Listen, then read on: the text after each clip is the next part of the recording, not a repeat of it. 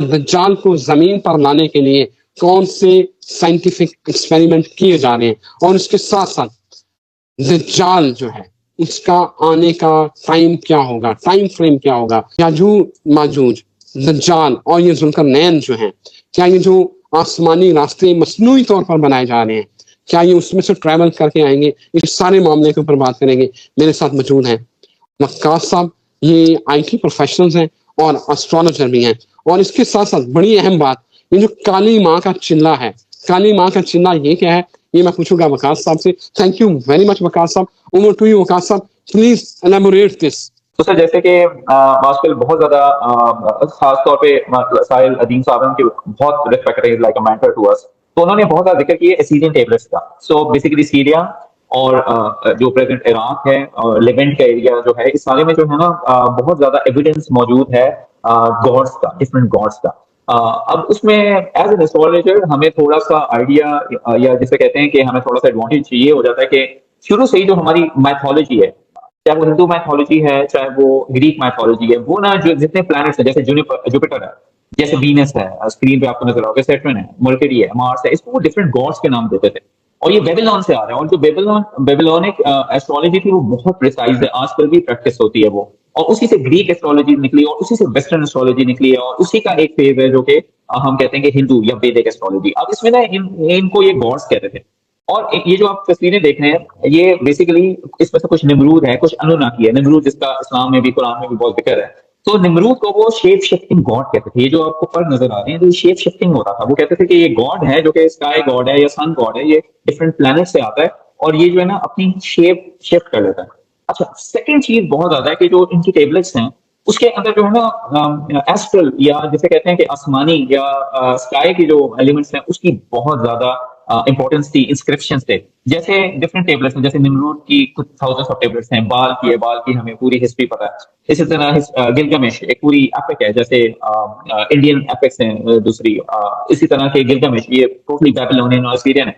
तो आप देखिए ये प्लैनेट्स हैं, ये डिफरेंट प्लैनेट्स इन्होंने सन के, ये उस जमाने में 4-5 हजार साल पहले इन्होंने प्लैनेट्स बनाए हुए थे। और ये बिलीव करते थे कि जो इनके गॉड्स हैं, ये जो नीचे गॉड्स गिवन है, शेप शिफ्टिंग गॉड्स हैं, ये उन प्लैनेट्स के और अर्थ के दरमियान मूव करते रहते थे। इसलिए कई दफा इनका जो मीनिंग निकलता है वो स्काई गॉड निकलता है, निमरूद है। और आपको पता है निमरूद और ये लोग बाल हैं, इन लोगों ने अपनी स्पेशल बड़े स्ट्रक्चर बनाए हुए थे। ये समझते थे कि वो एक लेडर्स हैं जो उनको एक लेवल तक ले जाते हैं, उसके बाद they can jump into the wormhole into the other universe. तो इस तरह का एविडेंस हमें टेबलेट से बेनतहा मिलता है।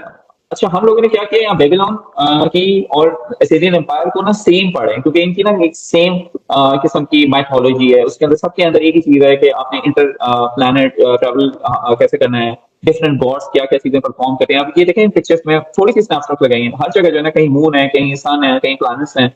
और स्पेसिफिकली फॉर बेबीलोनियन, अब आप ये देखें, ये आपको बहुत ज्यादा नजर आएगा, जिसके अंदर आपको विंग्स नजर आ रहे हैं किसी गॉड के, so he can fly between universe. हम इसलिए आपको थोड़े से स्नैपशॉट एजुकेशन दे रहे हैं ताकि आप कनेक्ट कर सकें मॉडर्न डे के साथ and how all these things relate with जो साइंटिफिक एविडेंस आगे नजर आएगा।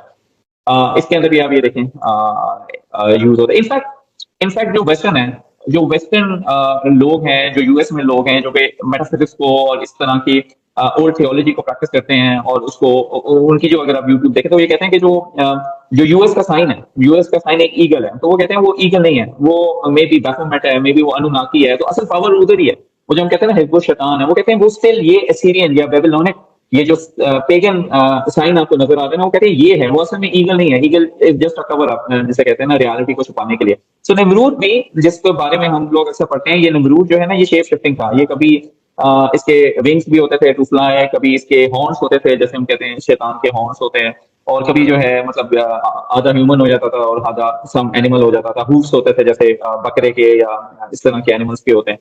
अच्छा, अब साहिल अजीम साहब हैं, उन्होंने बहुत ज्यादा इसके ऊपर काम किया और बहुत ज्यादा अवेयरनेस की है, लेकिन बहुत ज्यादा एविडेंस है जो कि रिटन फॉर्म में। हम हमेशा कहते हैं कि अगर कोई चीज रिटन नहीं आई किसी की तरफ से तो वो उसको इतना आप सीरियस नहीं ले सकते। तो जो रिटन है, सबसे बड़े जो राइटर हैं जिसके बारे में अगर आप, जो हमारे व्यूअर्स हैं वो पढ़ना चाहते हैं, तो वो ये अराबिक जॉर्डेनियन है, विशारिया सेशन, इनकी बहुत ज्यादा बुक्स हैं। तो 2 बुक्स हम लोगों ने बताई हैं जो मस्ट रीड हैं आप लोगों को। एक है अनुनाकी क्रॉनिकल। सो अनुनाकी क्या है?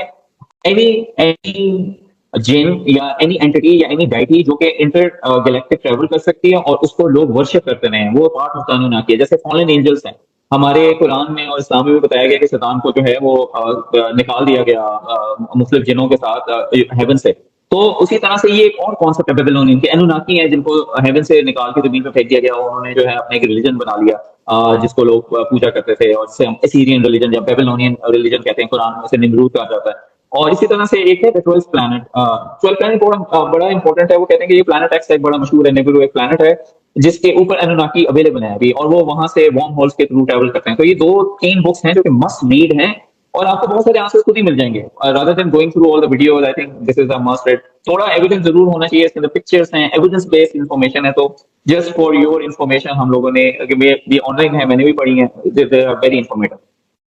अच्छा, हम बेबीलोन से ना थोड़ा सा आ जाते हैं अपने सब कॉन्टिनेंट के रीजन में, और वहां पे हम डिफरेंट गॉड्स देखते हैं। जिन और जो गॉड्स आपके बेबीलोन या सीरिया के हैं वो एग्जैक्टली सिमिलर हैं जो कि इंडिया में।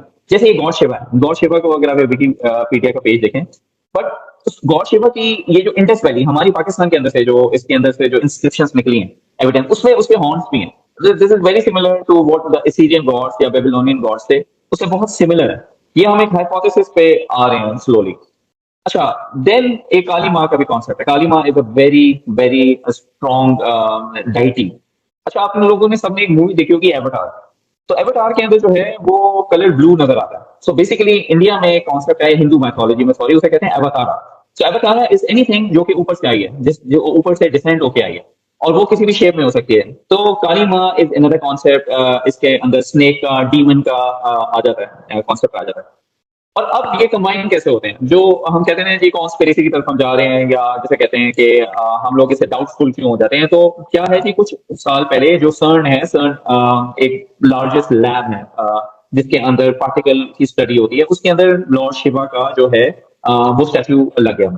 और सिर्फ लॉर्ड शिवा का स्टैचू लगा, और मतलब कोई और का नहीं लगा। और कोइंसिडेंस ये है कि जो लॉर्ड शिवा है वो स्काई गॉड का कहलाता है, कि it travels between different galaxies and between universe. और इसके ऊपर ना सिर्फ स्टैचू लगा, बल्कि इसके ऊपर पूरी एक सेरेमनी भी हुई, पेगन सेरेमनी, वर्शिप सेरेमनी, जिसके कुछ वीडियो भी यूट्यूब के ऊपर अवेलेबल है।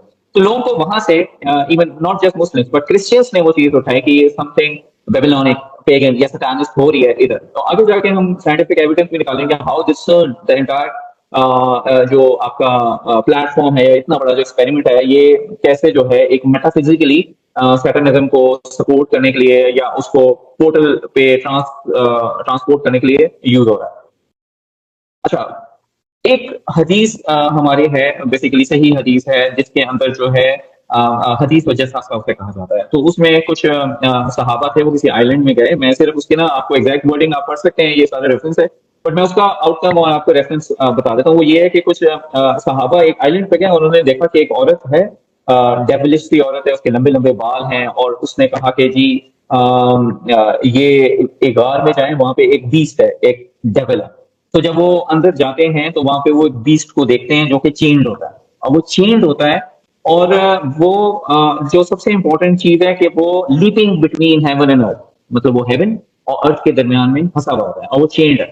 अच्छा, अब ये सही हदीस है। इसका क्या मतलब है कि जो मे बी जो शैतान है उसको दज्जाल का नाम दिया गया। ये देखिए कि वो दज्जाल था या एंटी क्राइस्ट था, मतलब ये कि उसको जकड़ा हुआ है, फिलहाल एक टाइम के लिए जकड़ा है। और इसी वीडियो में हम लोग ये भी अंदाजा लगाएंगे कि वो जब जकड़ा हुआ है, चींड है, वो खुलेगा कब, और वो खुलेगा तो फिर वो मलहमतुल कुबरा आएगी एंड ऑल।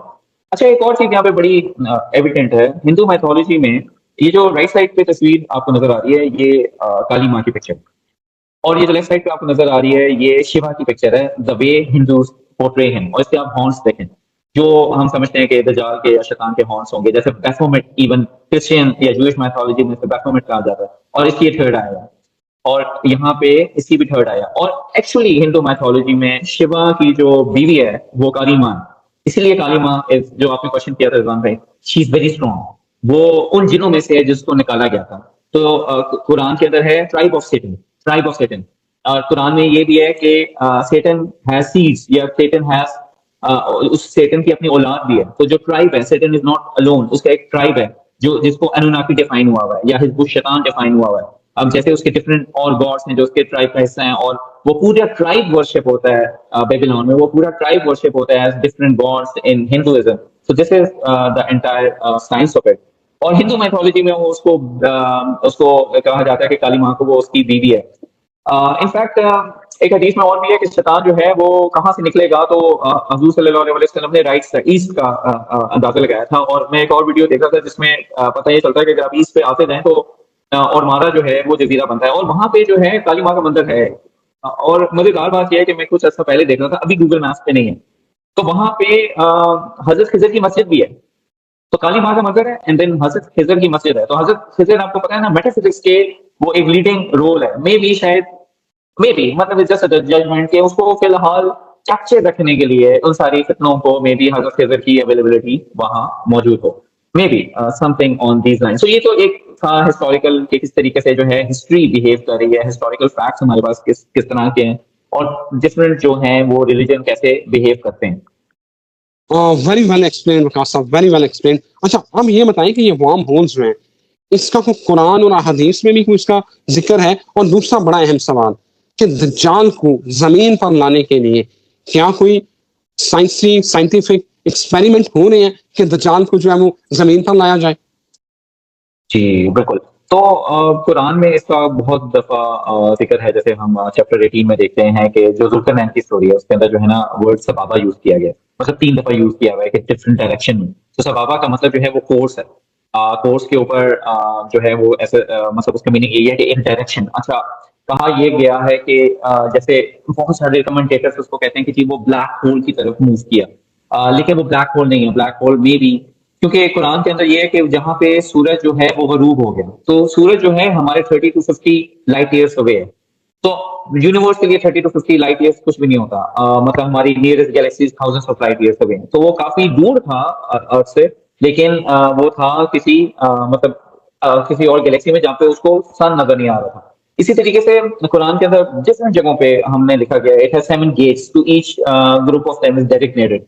तो मतलब गेट्स क्या है, जो एक वार्म होल होता है उसके 2 पार्ट्स होते हैं, 2 पोर्टल होते हैं, एक जहां से आप ट्रैवर्स कर सकते हैं 2 डिफरेंट यूनिवर्स के दरमियान, और दोनों को पोर्टल्स को गेट्स कहा गया। इसी तरह से चैप्टर 38 में the gardens of eternity whose gates will be open for them, मतलब गेट्स का जिक्र है। फिर then again in chapter 54 we open the gates of sky with pouring rain, ये हजरत मूसा के वाकये की तरफ है, हजरत नूह के सॉरी वाकये की तरफ है, जब जो है वहां पे बहुत ज्यादा बारिश कर दी गई थी, तो ये आयत उसको रिफ्लेक्ट करती है। देन अगेन कुरान की सूरह 70 है विच इज सूरह अंबिया, the angels and spirits will ascend to him during a day the extent of which is 50,000 years. तो जो असेंड हो रहा है वो थ्रू वाया वी अज्यूम के थ्रू अ पोर्टल हो रहा है, और इसमें जो टाइम ट्रेवल है वो देखें अल्लाह ताला ने साथ ये भी बता दिया कि 50,000 ईयर्स है। सो वो जो हेवेंस का टाइम होता है वो हमारे टाइम से बहुत डिफरेंट है। हमारा जो 1 आवर है हो सकता है वो 1000 आवर्स हो या 10,000 आवर्स हो। तो इसीलिए उसकी उसकी मैग्नीट्यूड को बता दिया गया, और वो किस तरीके से वो हम आपको बताते हैं कि basically this is a scientific explanation of tunnel, जिसमें 2 पॉइंट्स हैं जिसको हम गेट्स गेट्स भी बोलते हैं, सॉरी राइट एंड लेफ्ट। अच्छा, अब इसके ऊपर अब बहुत सारे थ्योरीज हैं। कहा यह जाता है कि these sometimes these magnetic magnetic जिसे कहते हैं ना, मैग्नेटिक टनल्स हैं जिसके अंदर ईएमएफ फोर्सेस मूव कर सकती हैं। सो ये एक मिल्की वे का एक मैप बनाया गया था प्लैंक सैटेलाइट को यूज करके, जिसके अंदर ना डिफरेंट मैग्नेटिक टनल्स अवेलेबल हैं, जैसे सन और अर्थ के दरमियान भी अवेलेबल हैं, डिफरेंट यूनिवर्स के पार्ट्स के साथ भी अवेलेबल हैं, और ये थोड़ा बहुत चेंज होती रहती है, they are not very stable, but this is a map of electromagnetic tunnel, जिसको अज्यूम किया जाता है कि वार्म होल्स है। नासा ने भी अब पिछले दिनों एक आर्टिकल आया था जिसके अंदर उन्होंने कहा था, खैर नासा ने तो आर्टिकल लिखा कि पोर्टल्स होते हैं वो ओपन होते हैं, इलेक्ट्रोमैग्नेटिक एंड क्लोज होते हैं, अनस्टेबल हैं। But then there are other studies जिसके अंदर जो है अब जैसे एक रशियन स्टडी है जिसके अंदर कहा गया है कि there different portals which are connected with each other, और वो मल्टीवर्स के अंदर टाइम स्पेस के ऊपर कनेक्टेड होते हैं।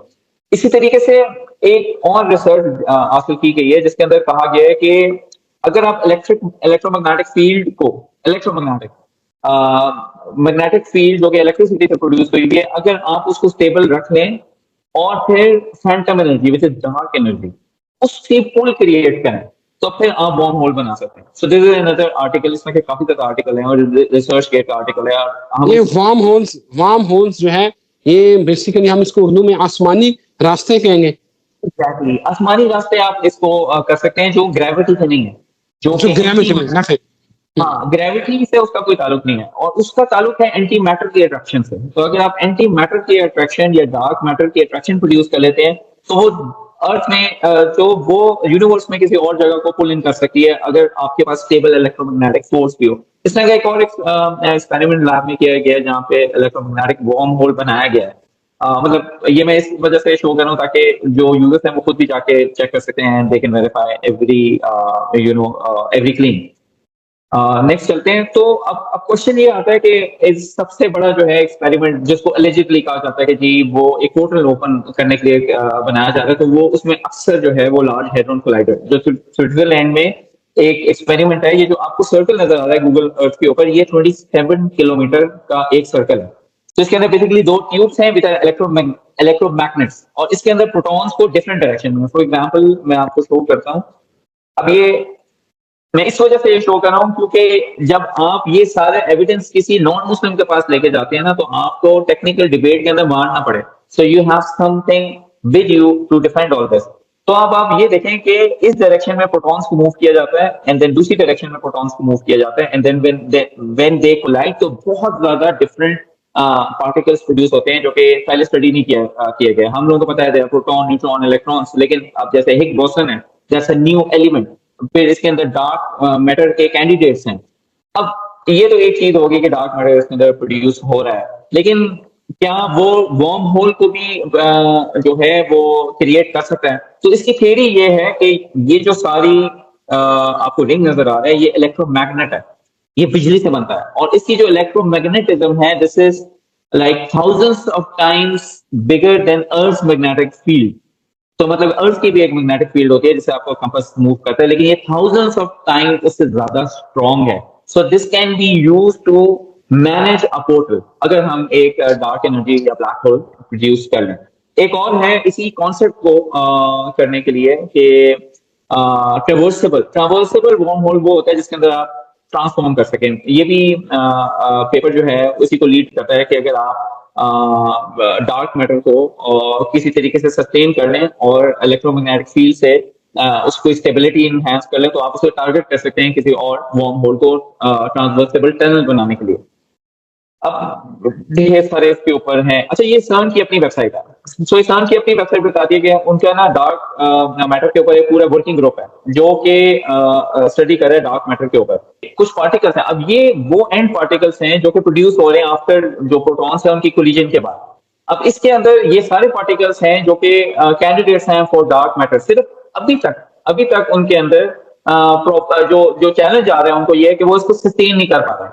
सो एक पार्टिकल प्रोड्यूस होता है लेकिन वो कभी एनर्जी में डाइवर्स हो जाता है, डिसिपेट हो जाता है, जैसे लाइट बॉसम है, न्यूट्रिनोज हैं, ये सारे कैंडिडेट्स हैं, मॉडिफाइड ग्रेविटी है, ये सारे कैंडिडेट्स हैं वो डार्क मैटर, लेकिन इनको कंट्रोल नहीं किया जा सकता। इसी वजह से ये लोग अभी 27 किलोमीटर लंबा इनका इक्विपमेंट है और उसके बाद जो है ये लोग 100 किलोमीटर प्लस एक नया हेड्रॉन कोलाइडर बनाना चाह रहे हैं जो कि मतलब इससे कई गुना ज्यादा स्ट्रॉन्ग होगा, उसकी मैग्नेटिक फील्ड से कई गुना ज्यादा स्ट्रॉन्ग होगी। ये बाय द वे आप देखें इसका इंटरनल स्ट्रक्चर है। सो ये देखें कितनी बड़ी इसके अंदर पावर की ये this is a human being standing inside it. So इसकी electromagnetic field is way bigger. ये अंदर के उसके जो है इंटरनल स्ट्रक्चर। विकास साहब, मेरा सवाल ये है कि फिर ये क्या ये वही एक्सपेरिमेंट है जो दज्जाल को जमीन पर लाने के लिए किए जा रहे हैं? बिल्कुल एलिजिडली बिल्कुल ये वही एक्सपेरिमेंट है, क्योंकि आप देखेंगे कि अगर आप अर्थ को देखते हैं, ये हमने थोड़ी सी बनाई थी, तो ये अर्थ की अपनी मैग्नेटिक फील्ड है, जिसे कहते हैं कि उसकी अपनी मैग्नेटिक फील्ड है जिसकी वजह से आयनोस्फीयर भी बनती है एंड ऑल। लेकिन ये जो लार्ज हेड्रॉन कोलाइडर है इसकी जो मैग्नेटिक फील्ड है, पहले सॉरी मैं को 1000 टाइम्स कह गया, ये 100,000 times stronger than earth magnetic field है। और एलिजिडली ये ग्राफिक्स हमने थोड़े से आप लोगों के लिए बनाए हैं कि वो ये है कि अर्थ क्योंकि रोटेट कर रही है और अगर आप इस तरह का एक स्ट्रक्चर उसके ऊपर बनाते हैं तो ये फील्ड वो है कि अर्थ की जो मैग्नेटिक फील्ड है वो अंदर लावा रोटेट होने की वजह से बन रही होती है।